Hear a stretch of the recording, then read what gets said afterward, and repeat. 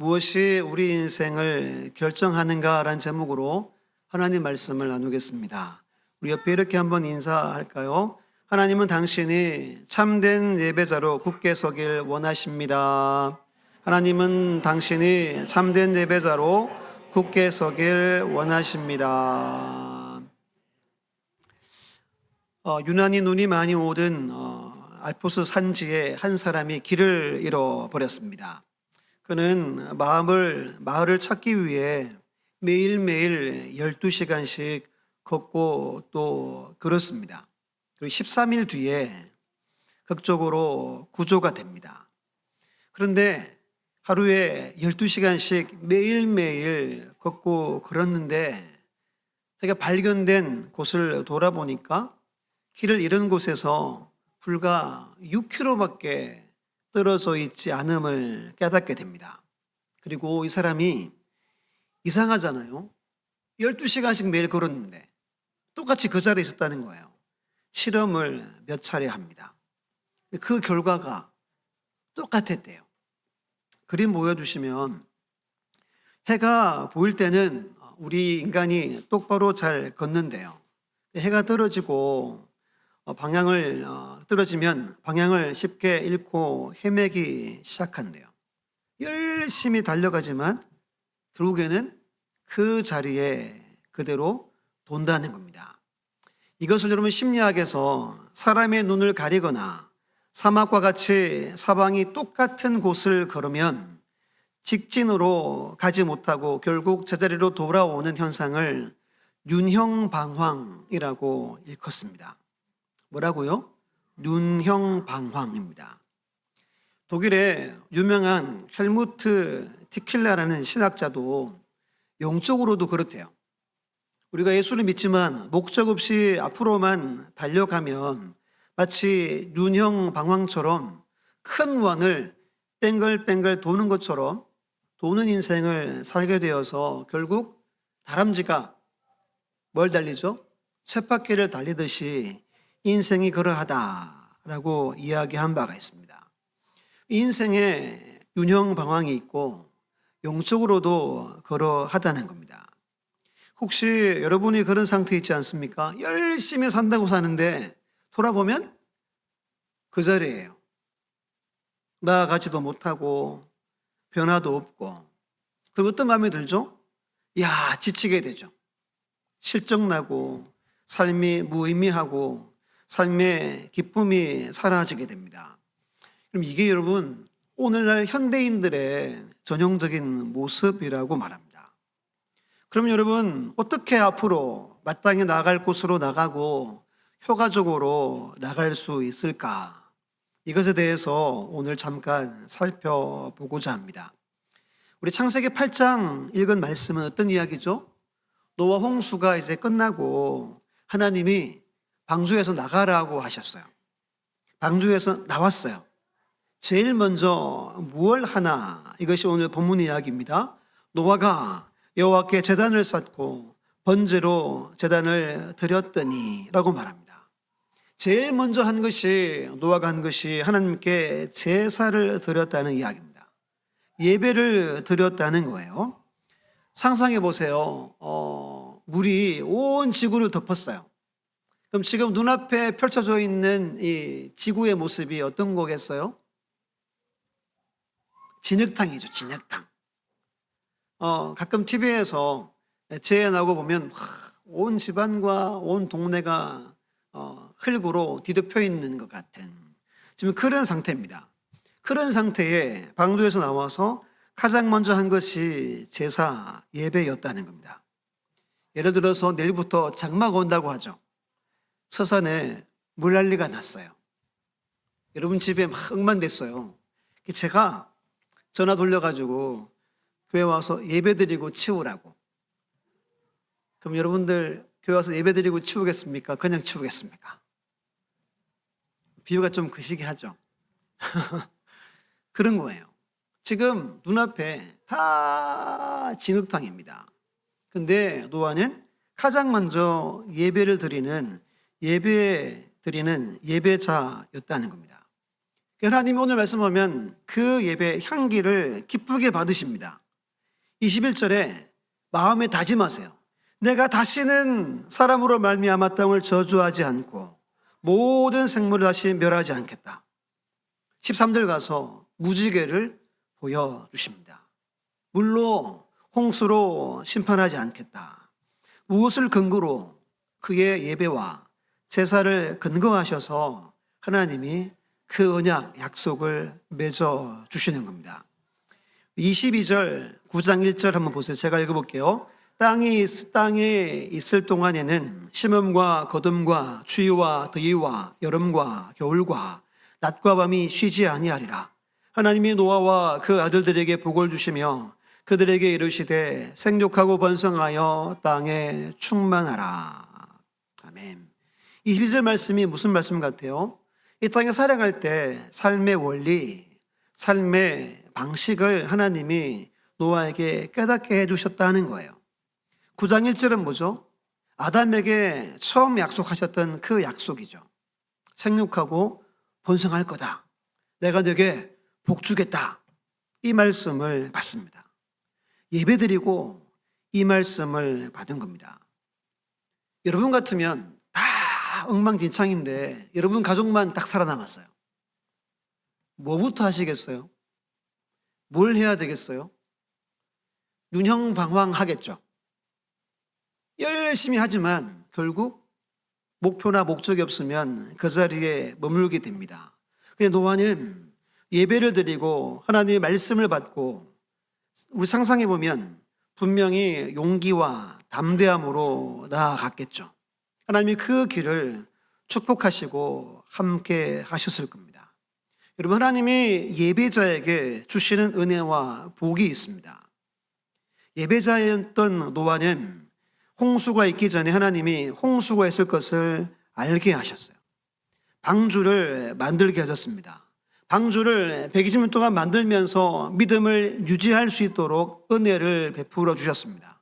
방주 후에, 홍수 후에 새로운 삶을 살아갈 용기와 지혜와 능력을 공급해 주셨음을 오늘 창세기 8장 본문이 우리에게 말씀해 주고 있는 겁니다. 우리 인생 앞으로 많은 일들이 있을 겁니다.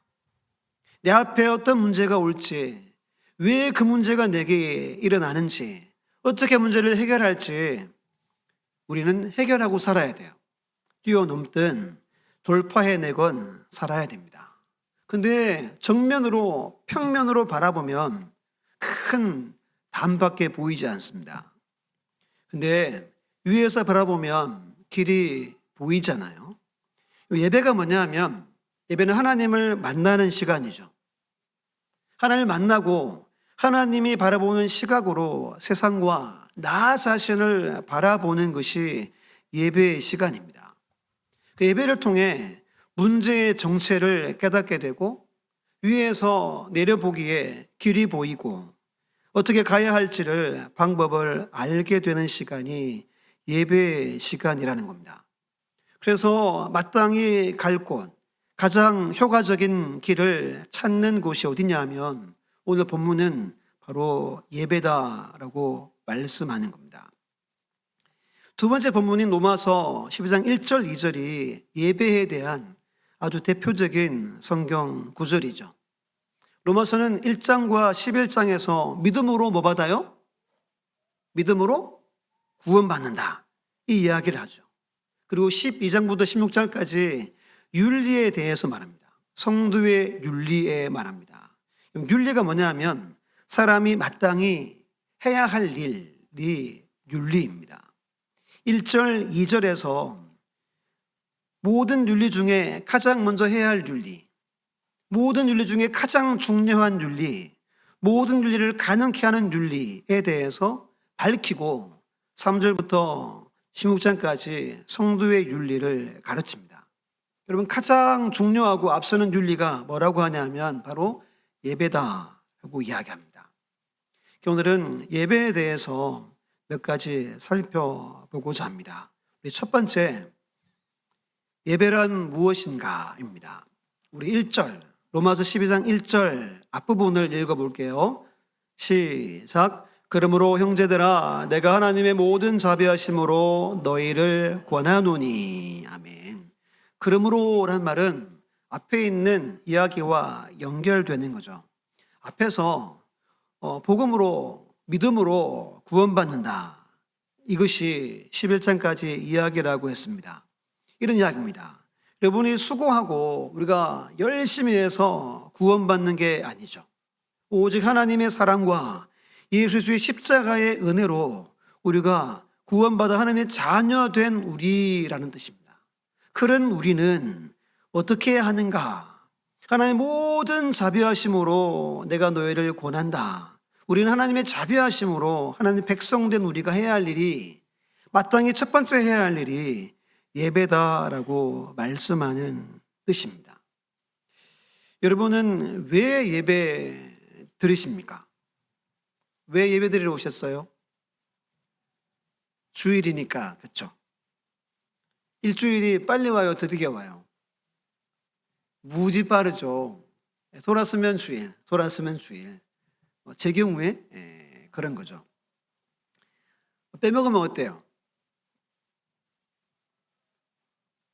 뭔가 그렇죠? 찝찝하기도 하고, 선생님이 이렇게 웃으시는지 모르겠네요.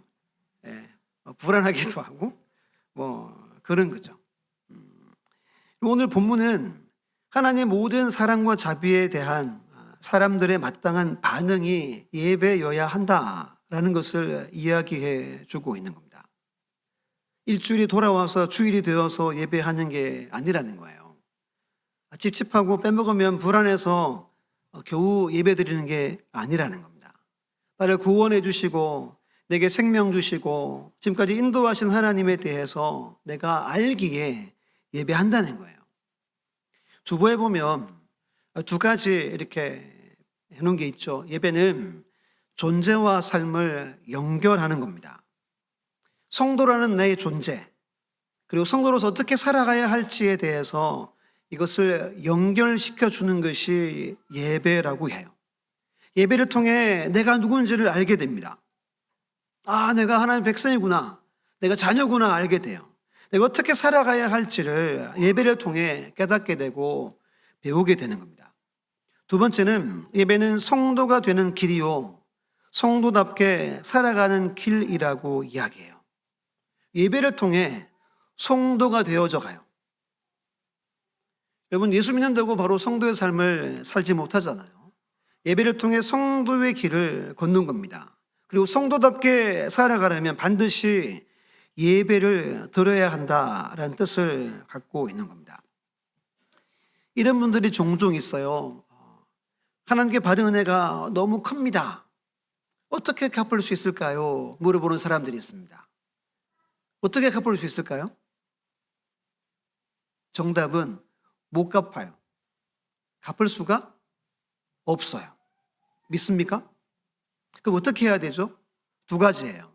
제일 좋은 법 첫 번째는 하나님께 감사함으로 예배하는 거예요.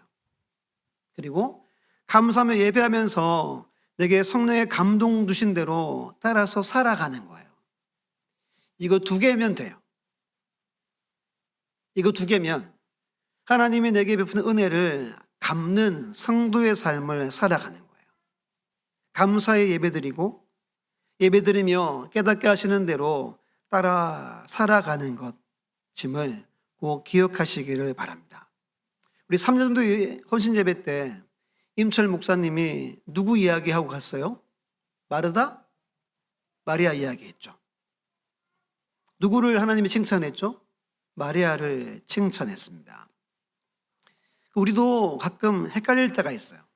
내가 이거 하고 저거 하면 하나님이 좋아하시겠지, 은혜를 내가 갚는 거라고 생각합니다. 근데 하나님은 결국 그렇게 우리를 그 수고를 보고 은혜를 갚는다고 하지 않는다는 겁니다. 제일 중요한 것이 예배라는 거예요. 예배가 생략된 헌신은 있을 수 있어요, 없어요? 없어요. 예배가 빠지고 충성하고 예배가 빠지고 열심히 봉사하는 것은 하나님이 인정하지 않는다는 겁니다. 그만큼 예배가 중요하고 중요한 거예요. 성도가 되는 길이요, 성도의 삶을 완성하는 길이 예배임을 믿으시기를 바랍니다. 두 번째, 화면을 보고 같이 읽어볼게요. 시작. 어떻게 예배해야 하는가입니다. 우리 1절 하반절 말씀을 함께 읽어볼게요. 시작. 너희 몸을 하나님이 기뻐하시는 거룩한 산 제물로 드리라. 이 너희가 드릴 영적 예배니라. 아멘. 산 제물을 한번 이렇게 볼펜으로 표시 한번 해보세요. 산 제물입니다. 산 제물이 뭐죠? 살아있는 제물이라는 뜻입니다. 구약의 성경 읽어보면 제물을 어떻게 해야 제물을 드릴 수 있죠? 죽여야 돼요. 근데 살아있는 제물을 드리래요. 오늘 로마서 12장에서. 이건 논리적으로 맞지 않는 겁니다. 그러면 우리가 죽어야 되나요? 막 나를 찔러가지고 예배 드립니까? 그렇지 않죠. 그러니까 무언가를 죽이라는 거예요. 여러분들에게 무언가를 죽이고 예배 드리라고 이야기하는 겁니다. 두 구절을 화면을 통해 볼게요. 첫 번째 에베소 4장 22절 함께 읽습니다. 시작. 너희는 유혹의 욕심을 따라 썩어져가는 구습을 따르는 옛사람을 벗어버리고. 우리에게 무엇을 버리라, 무엇을 죽이라고 하냐 하면 내 옛사람, 내 옛자아, 욕심을 따르는 구습, 육신의 생각들을 죽이고 난 후에 예배해라 라고 본문이 우리에게 말씀하는 겁니다. 조금 전 집사님이 기도했죠. 기도에도 구습 이야기를 하고 기도 가운데 회개 기도를 한 것처럼 그것을 죽이고 난 다음에 예배해야 한다라고 말씀하는 겁니다. 한 구절도 봅니다. 갈라디아 5장 24절 있습니다. 시작. 그리스도 예수의 사람들은 육체와 함께 그 정욕과 탐심을 십자가에 못 박았느니라. 아멘. 너의 옛사람, 옛자아, 육체 정욕과 탐심은 이미 십자가에 못 박혔어요. 믿습니까? 이 십자가를 통과한 자만이 산 제물로 예배를 드릴 수 있다는 겁니다. 예수님도 자기를 비워 무슨 형체로?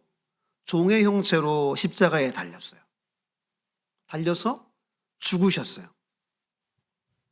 그럼 제물은 죽어야 제물이 되는 겁니다. 죽어야 하나님이 그것을 받으시는 거예요. 우리는 하나님의 사랑 그리스도의 십자가의 은혜로 구원받았습니다. 하나님의 자녀 되었습니다. 그럼 예배 드릴 때 이제 전 하나님의 것입니다. 이제 하나님께 나를 드립니다 는 마음으로 예배 가운데 나와야 한다는 겁니다. 나를 부인하고 반드시 내가 죽어야 진정한 예배가 된다는 거예요. 그럼 이게 산제물, 이것이 영적인 예배라고 오늘 성경이 우리에게 말씀하고 있는 겁니다. 그렇다면 여러분, 산제물이 되어 영적 예배를 드리면 어떤 일이 일어날까요? 우리 삶에 둘러있는 모든 문제들이 다 해결됩니다. 상처가 치유되고 회복의 역사가 일어나게 되는 거예요. 믿습니까? 근데 우리 예배가 산제물로 드리지 못하고 영적 예배로 드리지 않으므로 예배를 드려도 예배에 참여해도 감동도 없고 은혜도 없고 예배 드려봐야 소용없다는 이야기들, 생각들을 우리가 갖게 되는 겁니다. 여러분, 누군가 묻죠. 당신 왜 교회 가고 예배 드려? 여러분, 무엇이라고 이야기해야 되겠습니까? 하나님의 은혜 받은 자로 최우선적으로 드려야 할 것이 예배이기 때문에 예배 드려야 한다라고 이야기할 수 있어야 됩니다. 예배는 여러분 우선순위예요. 예배보다 앞선 것은 없습니다. 예배는 성도의 최대의 의무이고 동시에 하나님의 최고의 선물임을 우리는 기억해야 됩니다. 예배 시간을 통해 하나님 우리를 만나주세요. 나를 회복시켜 주십니다. 내게 필요한 모든 것들을 공급해 주십니다. 예배는 의무면서 예배는 축복의 시간임을 꼭 믿으시기를 예수님의 이름으로 축원합니다. 세 번째입니다. 예배의 결과가 무엇인가가 중요하죠. 우리 본문의 2절 말씀을 함께 읽습니다. 시작. 너희는 이 세대를 본받지 말고 오직 마음을 새롭게 함으로 변화를 받아 하나님의 선하시고 기뻐하시고 온전하신 뜻이 무엇인지 분별하도록 하라. 아멘. 2절의 예배의 결과를 말합니다. 세 가지 약속이 기록되어 있습니다. 첫 번째는 세상을 이길 힘을 얻게 됩니다. 너희는 이 세대를 분받지 말고. 여러분, 우리는 이 세대 가운데 살죠. 그러면 이 세대의 영향력을 받게 됩니다. 이 세대가 어떠한지, 그리고 이 세대의 가치관의 영향을 받게 됩니다. 시간이 지나면 믿음이 자라고 성령에 충만해져야 하잖아요. 근데 그래요, 안 그래요? 그런 것도 있고 안 그런 것도 있죠. 대체로 약해져 가요. 열정도 식어가고, 그 이유는 이 세대의 영향을 받기 때문입니다. 요즘에 이 사회의 제일 큰 문제 중에 한 가지가 선생님들의 교권이 사라진 거라고 저는 생각해요. 이제 선생님 안 하려고 하잖아요. 그럼 어떻게 해요? 누가 애들 가르쳐요? 이 세대가 여러분 절대 주권을 인정하지 않는 세대예요. 한 사람 누가 잘못한 게 아니라 그 부모들이 잘못했다 이 말이 아니라 이 세대가 그래요. 권위를 인정하지 않습니다. 우리도 점점 하나님의 권위를 점점 약화하죠. 옛날에는 두려워 떨면서 섬겼는데 지금 어때요? 편안하십니까? 이게 이 세대의 영향을 받기 때문인 거예요. 이 세대의 풍조를 본받지 않아야 되는데 본받기 때문입니다. 이 세대는 거센 파도처럼 우리에게 밀고 들어옵니다. 여러분들의 힘이나 우리의 힘으로 물리칠 수 없고 거부할 수 없는 것이 이 세대예요. 근데 이것을 이겨낼 수 있는 것이 오늘 본문에서 그것이 예배 시간이다라고 말씀하는 겁니다. 이 세대를 본받지 않고 하나님을 향해 거슬러 올라가는 그 힘을 얻는 시간이 예배라고 말씀하는 거예요. 예배를 통해 하나님의 가치관이 내게 무장됩니다. 세상을 이길 수 있는 힘과 능력을 공급받는 시간이 예배라고 본문이 말하는 겁니다. 이런 이야기가 있어요. 우리는 문제를 해결하는 사람이 아니라 문제를 해결받는 사람입니다. 사상해보기 아주 중요합니다. 문제를 해결하려면 하나님의 방법을 멀리하고 세상 방법을 따르게 됩니다. 우리는 하나님의 은혜로 해결받는 사람입니다. 여러분은 해결하는 사람이에요? 해결받는 사람입니까? 우리는 해결받는 존재입니다. 예배에 와서 하나님 안에서 해결받는 존재입니다. 조금 전 헌금을 드리면서 찬송 불렀죠. 내 모든 시험 무거운 짐을 주 예수 앞에 아뢰이면 근심에 쌓인 날 돌아보사 내 근심 모두 맡으시네. 4절에 이렇게 말하죠. 마음의 시험 무거운 죄를 주 예수 앞에 아뢰이면 예수는 나의 능력이 되사 예수는 나의 능력이 되사 그 다음 뭐죠? 세상을 이길 힘 주시네. 여러분, 세상을 이길 힘은 예배에서 하나님이 첫 번째로 주시고자 하는 하나님의 은혜라고 본문이 우리에게 말하는 겁니다. 이 힘은 그 어디에서도 얻을 수 없어요. 오직 예배 가운데 주 앞에 나올 때 세상을 이긴 지혜도 주시고 능력을 우리에게 베풀어 주시는 겁니다. 예배를 통해 주시고자 하는 하나님의 첫 번째 선물은 뭐라고요? 세상을 이길 힘을 우리에게 공급해 주심을 믿으시기를 바랍니다. 두 번째는 내가 변화되는 시간이 바로 예배의 결과입니다. 오직 마음을 새롭게 함으로 변화를 받아 그럽니다. 예배를 통해 우리가 변화된다고 말하는 겁니다. 모든 사람은 변화되기를 원해요. 다 원합니다. 야, 나 이렇게 살고 싶지 않은데, 조금 더 내가 더 멋있게 살고 싶은데, 이런 마음을 다 가지고 살아갑니다. 근데 잘 돼야 안 돼요. 이게 잘 안 됩니다. 사람은 자기를 바꿀 수 없대요. 스스로는 결코 못 바꾼대요.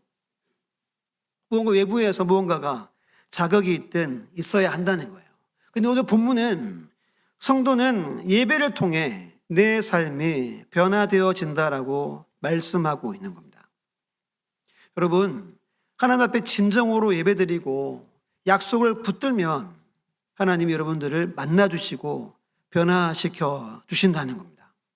하나님 예배를 통해 나를 바꿔주신다면 바꿔주시고 말씀 따라 저를 변화시켜 달라고 간구하면 하나님이 우리를 변화시켜 주신다고 말씀하는 겁니다. 그럼 변화되기를 원하면 본문은 예배를 드려라 라고 말합니다. 하나님이 기뻐하시는 예배 드리면 우리가 하나님이 기뻐하시는 모습으로 변화될 것이다 라고 말씀하고 있는 겁니다. 세 번째는 나와 세상을 향한 하나님의 뜻을 알게 됩니다. 이렇게 성경 말하죠. 하나님의 선하시고 기뻐하시고 온전하신 뜻이 무엇인지 분별하도록 하라.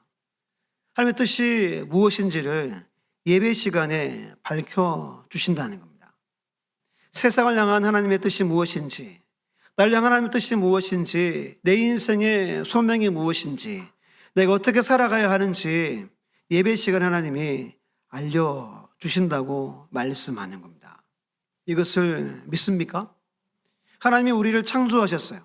나를 세상에 보내셨습니다.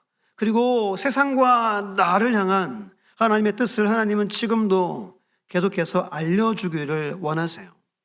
왜죠? 그렇게 살아가야 하기 때문입니다. 아직도 어떻게 인생을 살아야 할지, 내가 뭐 하며 살아야 할지 모르면 본문은 뭐 하라고 해요? 예배를 드려라 라고 말씀하는 겁니다. 여러분, 세 가지 약속이 참 큰 은혜입니다. 예배는 세상을 이길 힘을 얻는 시간이에요. 예배는 내가 변화되는 시간입니다. 예배는 나와 세상을 향한 하나님의 뜻을 알게 되고 하나님의 능력을 위로부터 공급받는 시간이 예배임을 믿으시길 바랍니다. 성경은 우리에게 예배를 명하고 있는 거예요. 예배는 우리의 의무이면서 최고의 축복임을 꼭 믿으시기를 예수님의 이름으로 축원합니다. 그런데 여러분, 많은 성도들이 예배를 드리지만 무기력하게 살아가죠. 변화되지도 않고 거룩한 삶을 추구하지 않고 맨날 어때요? 이 모양? 네, 이 모양, 이 꼴이죠. 예배를 드리는데 예배 드리면 오늘 말씀은 뭐라 그래요? 변화된대요. 세상을 이기는 힘을 얻는데요. 뜻을 알게 된대요. 그런데 예배를 드리지만 예배에서 큰 감동도 느끼지 못하고 좀 전에 말한 것처럼 에이, 교회 가봐야 소용없어. 이런 마음들이 우리에게 일어나는 겁니다. 아마 화면이 안 되는 것 같은데요. 성경을 한 군데 찾아보겠습니다. 우리 디모데전서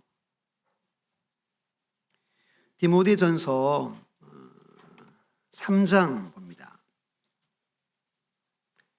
15절, 16절 앞에만 볼게요. 최근에 오예배 드렸던 말씀입니다.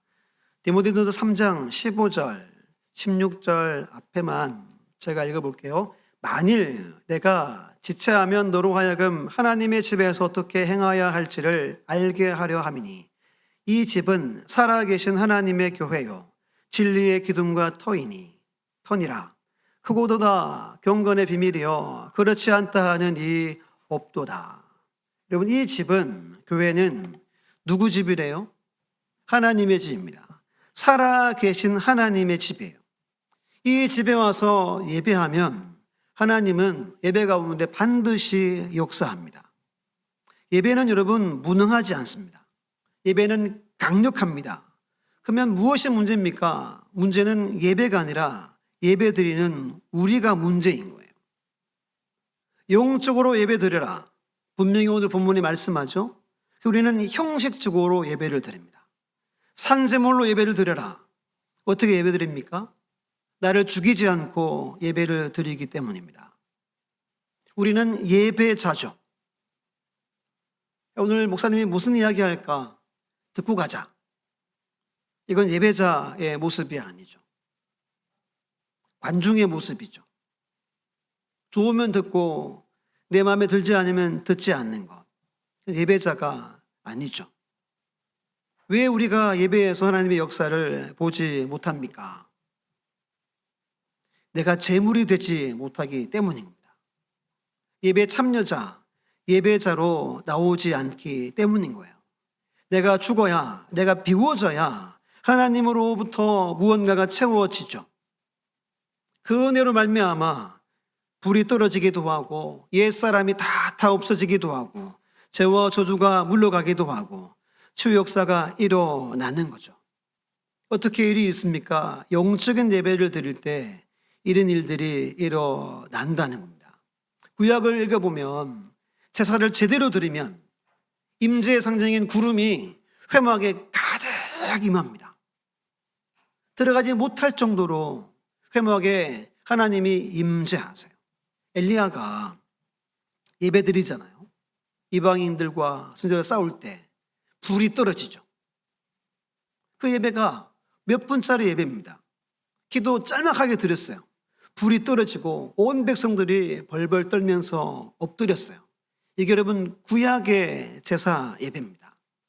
지금 우리는 신약에 살고 있어요. 누구 안에서 예배드리죠? 예수 그리스도 안에서 예배드립니다. 구약의 예배와 우리 예배는 차원이 달라요. 우리는 완벽한 예배를 드립니다.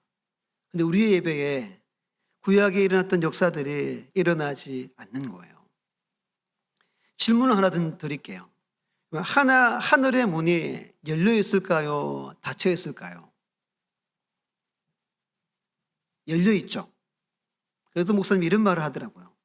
문은 열려 있는데 여러분들이 열어야 된대요. 문이 잠궈져 있지 않고 열려 있대요. 우리가 이 문을 열어야 된대요. 무엇이 문을 여냐 하면 사모하는 영혼이 하나님의 문을 여는 거래요. 사모하는 심령에게 하나님 뭐 하죠? 만족해 하시죠. 이렇게 이야기합니다. 예배드리는 회중의 20%만이라도 정말 하나님께서 이 시간 역사하실 것을 갈망하면 그 예배는 뒤집어진대요. 몇 프로요? 20%. 오늘도 하나님이 살아계시지. 오늘도 우리 예배를 받으시지. 우리의 찬양과 기도를 들으시지. 영혼 가운데 역사하시지. 이 갈망함 사모함으로 나오는 성도가 20%만 되면 그 예배는 엄청난 하나님의 역사가 임한대요. 감동을 받고 질병도 떠나가고 마음이 시원케 되고 새 소망을 갖고 돌아간다는 거예요. 이 인생의 방향과 길을 찾고 돌아간다는 거예요. 근데 우리는 이런 예배를 드리지 못하고 있는 거예요. 1시간만 앉았다 가자. 이런 분들도 있을 수 있죠. 여러분, 하나님의 역사하는 예배는 사모하는 마음, 갈급한 마음으로 예배드릴 때 역사함을 꼭 믿으시기를 예수님의 이름으로 축복합니다. 이게 유명한 심리학자였던 윌리엄 제임스라는 분이 이런 이야기 했어요. 다 아시는 이야기예요. 생각이 바뀌면 말이 바뀌고, 말이 바뀌면 행동이 바뀌고, 행동이 바뀌면 습관이 바뀌고, 습관이 바뀌면 뭐가 바뀌어요? 인생이 바뀐다는 말을 했습니다. 이분이 엄청난 유명한 말을 많이 남긴 분이에요. 제일 먼저가 생각이 바뀌면 인생이 바뀐대요. 궁금증이 한 가지 생겨요. 생각은 어떻게 바꾸지? 그렇죠. 생각이 바뀌어야 인생이 바뀐대요. 그 생각은 어떻게 바뀌는 걸까요? 생각이 바뀌려면 지식이 변해야 한대요. 지식이라는 게 생각의 알맹이, 입자라고 이야기합니다. 책을 보거나 무언가를 배우면 생각이 바뀌어요. 그리고 그 사람이 인생이 변화되는 겁니다. 오늘날 인공지능, AI 이야기 많이 하죠. 젊은 세대는 빨리 그 지식을 익혀야 됩니다. 안 그러면 도태되고 세상을 살아갈 수 없어요. 나는 아날로그로 살래. 살 수는 있겠죠. 그런데 현 시대를 따라가지는 못하는 겁니다. 이것과 마찬가지예요. 예수 믿는 우리가 우리의 생각이 바뀌려면 어떻게 해야 될까요? 진리의 말씀이 우리 안에 계속 공급이 되어야 한다는 거예요. 하나님의 말씀의 지식이 차곡차곡 쌓여야 우리가 변화되는 겁니다.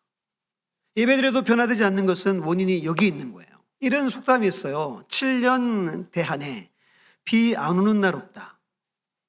대한이 뭐냐 하면 큰 가뭄을 말합니다. 7년 가뭄에 비 안 오는 날이 없대요. 이 무슨 말이죠? 비가 계속 왔대요. 비가 오는데 찔끔 몇 방울 왔다는 거예요. 이 속담의 의미가 뭐죠? 비가 올 때 한 번에 많이 와야 한다라는 의미를 갖는 겁니다. 밥을 매일매일 먹어요. 제가 살 빼겠다고 한 숟가락씩 먹습니다. 오늘도 한 숟가락, 내일도 한 숟가락. 제가 힘이 펄펄 나겠습니까? 그것과 마찬가지입니다. 말씀의 지식이 우리에게 충분히 공급될 때 성도의 생각이 변화되는 거예요. 믿습니까? 그래야 예배가 감격이 있고 성령의 역사가 나타나는 예배의 주인공의 삶을 살아갈 수 있는 겁니다. 제가 신명기 17장의 이야기를 강조했고 구역 예배 드린 분들은 또 찾아들 보셨죠. 왕이 되면 옆에 뭘 두래요? 율법을 따로 기록해가지고 옆에 두고 계속 읽어라라고 성경은 말합니다. 그래 하나님의 경외함을 배우게 되고 규례를 지켜 행할 수 있게 되고 마음이 형제들보다 높아지지 않게 된대요. 명령을 떠나서 좌로우로 치우치지 않게 된대요.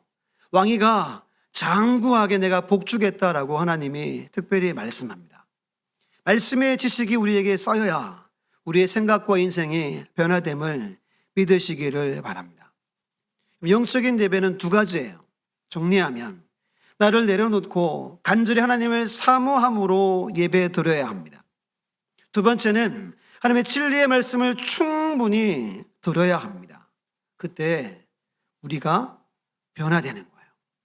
예배의 은혜를 누릴 수 있음을 믿으시기를 바랍니다. 끝으로 한 구절 말씀 읽고 마실 텐데요. 우리 화면을 보고 요한복음 4장 23절로 24절 있습니다. 시작. 아버지께 참되게 예배하는 자들은 영과 진리로 예배할 때가 오나니 곧 이때라. 아버지께서는 자기에게 이렇게 예배하는 자들을 찾으시느니라. 하나님은 영이시니 예배하는 자가 영과 진리로 예배할지니라. 아멘. 이 영이란 말이 영어로 스피릿입니다. 마음, 정신을 말해요. 온 마음은 다해 사모함으로 예배드리고 진리가 뭐죠? 하나님의 말씀이죠. 영적인 예배는 두 가지입니다. 나를 죽이고 사모함과 주의 말씀을 근거해 예배드릴 때 참된 예배자가 되고 예배의 능력을 경험하게 된다는 겁니다. 말씀을 마무리합니다. 여러분, 우리 삶에 회복될 것들이 참 많습니다. 건강도 경제적인 것도 참 많아요. 근데 하나님이 원하는 한 가지는 예배가 회복되기를 원하세요. 내 예배가, 우리 자녀의 예배가 회복되기를 하나님이 원하십니다. 예배가 회복되면 모든 것이 회복됩니다. 인생의 모든 것이 예배에서 결정됨을 믿으시고 날마다 참된 예배자로 예배에 성공하셔서 인생에 성공하는 삶을 살아가는 여러분들 다 되시기를 예수님의 이름으로 축원합니다.